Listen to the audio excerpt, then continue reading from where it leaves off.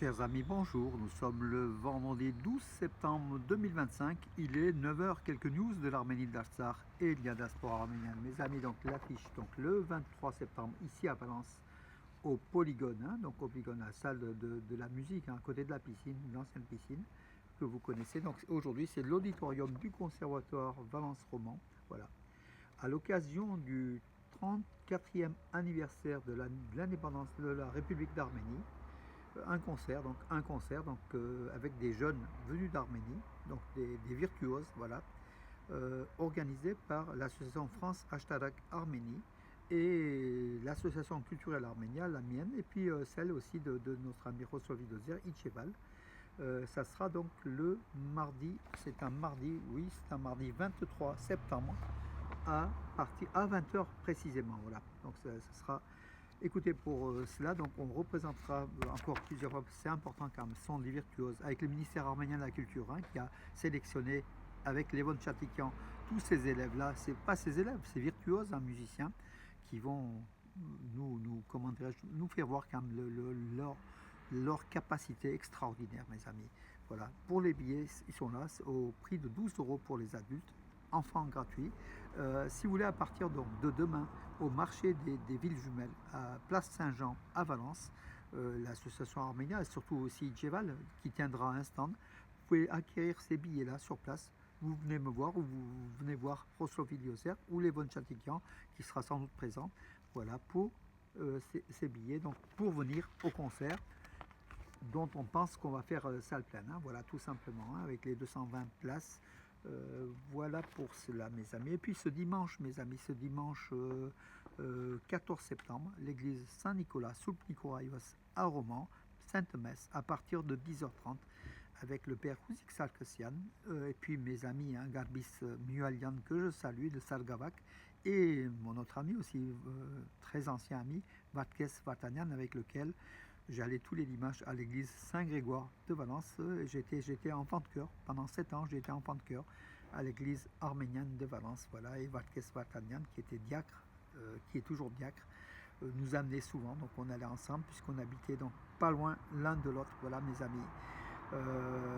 Et puis en nouvelle, mes amis, donc The Voice Kids, The Voice Kids, avec le jeune Arthur, le jeune arménien Arthur, un arménien de France, mais originaire d'Arménie, voilà, qui a chanté magistralement le Dele Yaman, c'était samedi dernier, donc en aveugle, voilà. Il a été sélectionné 4 sur 4. L'ensemble donc des membres du jury l'ont validé.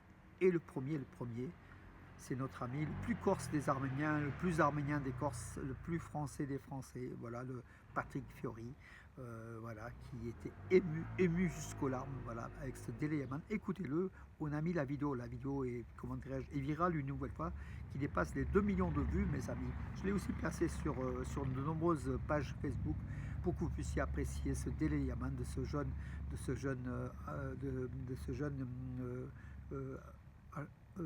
non pas Arthur, en fait, il s'appelle pas Arthur, ce jeune donc voilà, qui a chanté de façon encore une fois superbement.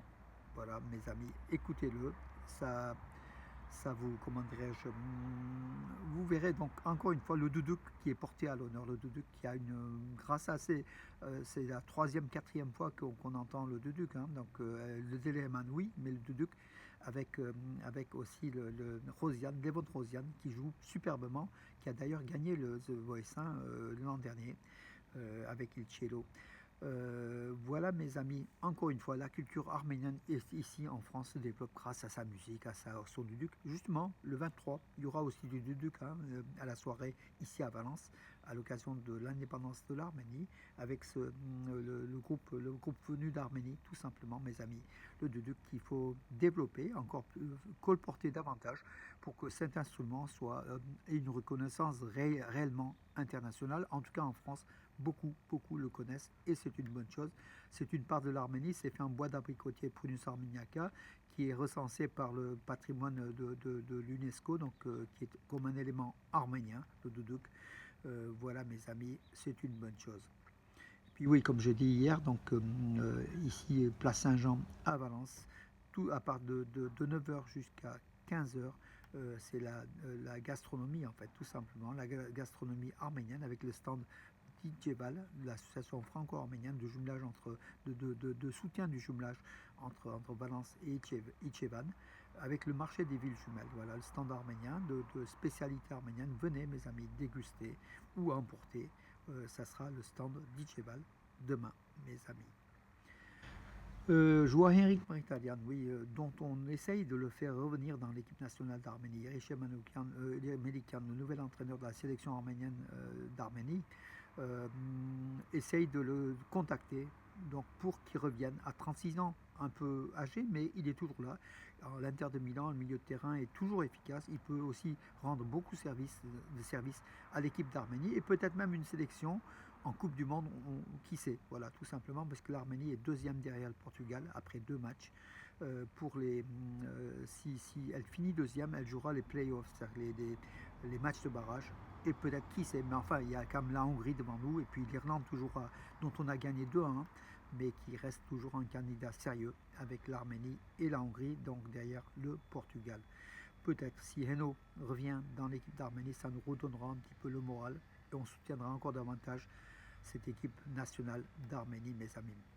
Alors le gouvernement arménien, mes amis, je ne sais pas pourquoi, donc il veut une armée de professionnels davantage, d'engagés, donc professionnels, plutôt que des appelés. Donc il réduit, il a un projet de réduction de 6 mois, donc passant de 2 ans à 18 mois, le service militaire obligatoire. Voilà, donc avec la dénatalité en Arménie, donc depuis déjà quelques dizaines d'années, on se demande si c'est une bonne chose que de réduire encore l'effectif militaire des conscrits en fait, de ceux qui sont pour le service militaire obligatoire de l'Arménie. Voilà, le gouvernement Pachinian désire réduire cela. Il y a un projet de loi qui va sans doute être adopté par le Parlement, qui est majoritaire à Pachinian, pour réduire justement à partir de 2027 le service militaire, tout simplement, pour davantage recruter des professionnels dans l'armée arménienne. Effectivement, les professionnels sont beaucoup plus efficaces que les recrues donc, en service militaire obligatoire. Mais bon, voilà, pour l'Arménie, est-ce que face à un Azerbaïdjan qui a 3 fois plus d'habitants ou 2 fois plus, est-ce que c'est intéressant de faire cela? À vous de juger, aux citoyens d'Arménie de voter, de juger aussi. Alors, Levon Petrosyan, il a fait, donc le premier président de la République d'Arménie, il a affirmé que le contrôle du pôle de transport de Zangezur devait être exercé exclusivement par l'Arménie. En fait, voilà, donc l'Arménie devrait maîtriser toutes les routes donc, du sud de l'Arménie, de la région de Sionik. Et il a encore une fois, donc bien sûr, dit qu'il ne faut pas utiliser le terme corridor du Zangezur utilisé par la Turquie et l'Azerbaïdjan pour déstabiliser l'Arménie. Alors, le président du Parlement arménien, le président Alan Simonian, il a fait quand même des déclarations pro-azérie. Donc, il a affirmé que les Arméniens et les Azerbaïdjanais commerceront entre eux. Les Arméniens achèteront de l'essence bon marché.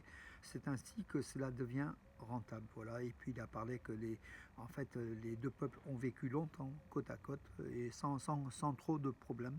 Il oublie quand même les massacres de Chouchi en 1905, il oublie les massacres de Bakou en 1918, le parti nationaliste azéri Moussavat qui a réalisé les massacres contre les Arméniens. Il oublie un certain nombre de choses aussi, Alain Simonian, pour justement asseoir la paix, le traité de paix, la politique de Pachinian.